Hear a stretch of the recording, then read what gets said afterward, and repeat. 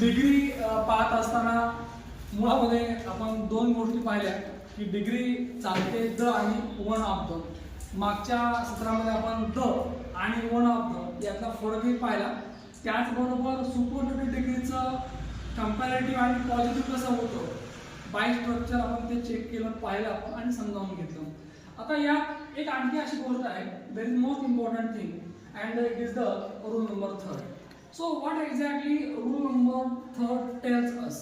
हा नियम आपल्याला काय सांगतो पहा की ज्या वेळेला कंपॅरिझन तुलना ही फक्त दोघात होते, मग ही दोन व्यक्ती असतील, दोनच, दोन राष्ट्र असतील, दोन स्थळं असतील, दोनच वस्तू असतील.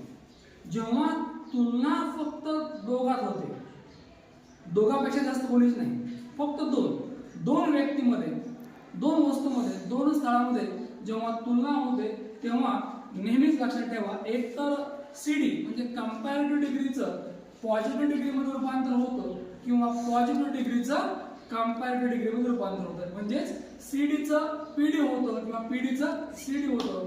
परंतु एक गोष्ट लक्षात ठेवायची, अशा प्रकारामध्ये सुपरलेटिव्ह होत नाही. लक्षात म्हणजे सुपरलेटिव्ह होत नाही. आता काय होत नाही? It is a rule, grammar, व्याकरणाचे नियम असतात. तसं रस्त्याने चालताना डाव्या साईडने चालावं हा एक नियम आहे, नाही का? आपल्याला वाटतं उजव्या चालावं, मधून चालावं, मग ऍक्सिडेंट होतो. तसंच व्याकरणामध्ये या ठिकाणी नियम असतात आणि हे रूल्स आपण फॉलो केले पाहिजे. पहा की जेव्हा तुलना फक्त दोनच व्यक्ती, वस्तू, स्थळामध्ये असेल तर अशा वेळी सीडीचे पीडी होते किंवा पीडीचे सीडी होते, परंतु एसडी म्हणजे सुपरलेटिव्ह डिग्रीमध्ये रूपांतर होत नाही. पहा मग या ठिकाणी एक वाक्य आपण पाहूया सूत्रानुसारच.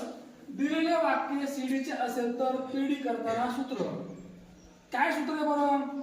आपण डायरेक्ट वाक्य मांडले, पण वाक्य चेक करून त्यानंतर आपण सूत्र ठेवत आहोत. पहा Anil is better than Ram.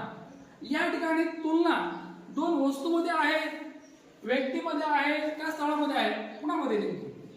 Amol आणि राम हे कोण आहेत? ही गावाची नाव आहेत का कोणाची नाव आहेत? मग व्यक्तीची. येस, ही तुलना दोन व्यक्तीमध्ये आहे. एक मिनिट. आणि राम म्हणजेच पहा Anil is better than Ram हे वाक्य कुठल्या डिग्री मधलं आहे? सीडी मधलं, कंपॅरेटिव्ह डिग्री मध्ये आहे. करायचे काय आपल्याला? बघा पॉझिटिव्ह डिग्री मध्ये रूपांतर. जेव्हा तुलना दोघात असते तेव्हा सीडीचं पीडी होतं. दिलेलं वाक्य सीडी आहे, याचं पीडी करताना सूत्र काय आहे? आपण काय म्हणले आता या ठिकाणी? राम म्हणजे काय? दुसरा कर्ता, नंबर 2 चा. त्यानंतर काय घ्यायचं आपल्याला? हेल्पिंग वर्ब घेतलं. त्यानंतर काय घ्यायचं आपल्याला? नॉट. त्यानंतर आपल्याला काय घ्यायचंय? ऍज. त्यानंतर ऍडजेक्टिव्ह फर्स्ट फॉर्म ऍज, मग ऍज, गुड ऍज, आणि सगळ्यात शेवटी गुड आहे त्याला म्हणायचं पहिला कर्ता. काय म्हणायचं? पहिला कर्ता. म्हणजे सीडीचं वाक्य असेल तर पीडी करताना नेहमी लक्षात ठेवायचं की पीडी करताना या ठिकाणी पहिल्यांदा दुसरा कर्ता घ्या. दिलेल्या वाक्यात राम इज बेटर दॅन आणि इज बेटर दॅन राम या वाक्यामध्ये दुसरा कर्ता कोण आहे? मग राम, तो घेतला. त्यानंतर आपल्याला काय घ्यायचं आहे? Helping verb. काय नेमकं मध्ये? हेल्पिंग वर्ब इज, म्हणून या ठिकाणी राम इज हेल्पिंग वर्ब. त्यानंतर नॉट घेतलं का? Ram is not. त्यानंतर as, adjective first form as. काय ऍडजेक्टिव्ह नेमकं कोणतं? इथं कोणतं आहे? Better. Okay, as adjective first form as म्हणजेच ऍज, गुड ऍज. आणि त्यानंतर पहिला करता. दिलेल्या वाक्याचा पहिला करता कोण आहे? मग आणि मग उत्तर काय झालं? Ram is not as good as Anil. पहा दोन्ही वाक्यांना नीट पहा.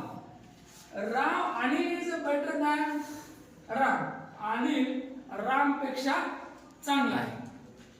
मग पीडीचं वाक्य आम्हाला काय सांगतं? Ram is not as good as Anil. Ram हा अनिल सारखा चांगला नाही. म्हणजे दोन्हीचा अर्थ एकच येतो. मग काय म्हटलं ना मी, या ठिकाणी फक्त विशेषणाचा दर्जा चेंज होतो, अर्थ वाक्याचा अर्थ बदलत नाही, म्हणजे वाक्याचं स्ट्रक्चर चेंज होतं, अर्थ बदलत नाही. अशा प्रकारे हा रूल नंबर 3 आहे. या ठिकाणी डिग्री संपली.